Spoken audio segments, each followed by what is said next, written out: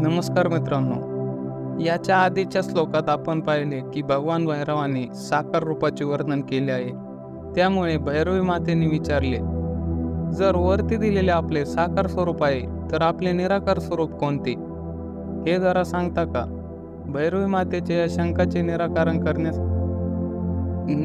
करण्यासाठी भैरव म्हणतात, हे देवी, भैरवाच्या या अवस्थेचं वर्णन होऊ शकत नाही.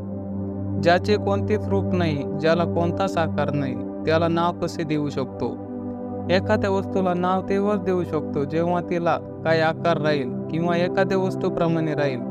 पण त्या परभैरवाचं असं कोणतंच रूप नाही किंवा आकार नाही, तर त्याच्यासाठी कोणता शब्द वापरायला पाहिजे? तो कोणत्या विशेष जागेवर नाही किंवा विशेष दिशेस नाही. जिथं जाऊन त्याला आपण सापडू शकू, तो कोणत्या विशेष वेळेत नाही किंवा त्या वेळेच्या अधीन नाही, ह्या वेळेत नाही किंवा भविष्यात असेल असेही नाही. याप्रमाणे तो स्वरूप, दिशा आणि काळ याच्या कल्पनेच्या वरती आहे. शेवट त्याच्या कोणत्याच विशेष गोष्टीचं वर्णन केलं जाऊ शकत नाही.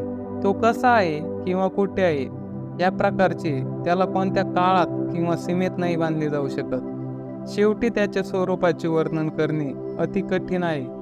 त्याच्या स्वरूपाला न तर बोलून वर्णिले जाऊ शकते, न त्याच्या स्वरूपाला कोणत्या विधीद्वारे समजून घेतले जाऊ शकते. जर तो वस्तू, दिशा, काळ, देश, नाम, रूप असे असणारा असता तर त्याचे वर्णन करणे सोपे असते. पण परतत्व असा नाहीच. या अस्तित्वात अशी कोणतीच शक्ती नाही जी त्याचे वर्णन करू शकेल. याचा फक्त अनुभवातूनच अनुभव होऊ शकतो. आपल्या स्वरूपात पूर्ण विकास झाल्यावर आपल्यात प्रकाशित होणाऱ्या आनंदाच्या रूपात होऊ शकतो. याच्याशिवाय दुसरा कोणताच विकल्पच नाही ज्याने त्याला उपमा दिली जाऊ शकते. पूर्ण स्वरूप बोध भैरवाची अवस्था सारी विश्वात भरून वाहत आहे. याप्रमाणे हा निष्कळ परभैरव हा स्वरूप आहे. याच्या व्यतिरिक्त कोणाची सत्ता नाही. सर्व काही तोच आहे, तर कोणी कोणाची पूजा करावी? हा भैरव हाच अद्वैत स्वरूप आहे, जो सर्वत्व तोच आहे. पूजा, आराधना, तप इत्यादी हे सर्व द्वैत भावनातच केले जाऊ शकतात. अद्वैत्यामध्ये हे संभव नाही. जोपर्यंत व्यक्तीला हा परभैरवाच्या अवस्थेत अनुभव येत नाही, तोपर्यंत तो त्याचे कर्मकांडात व्यस्त राहतो.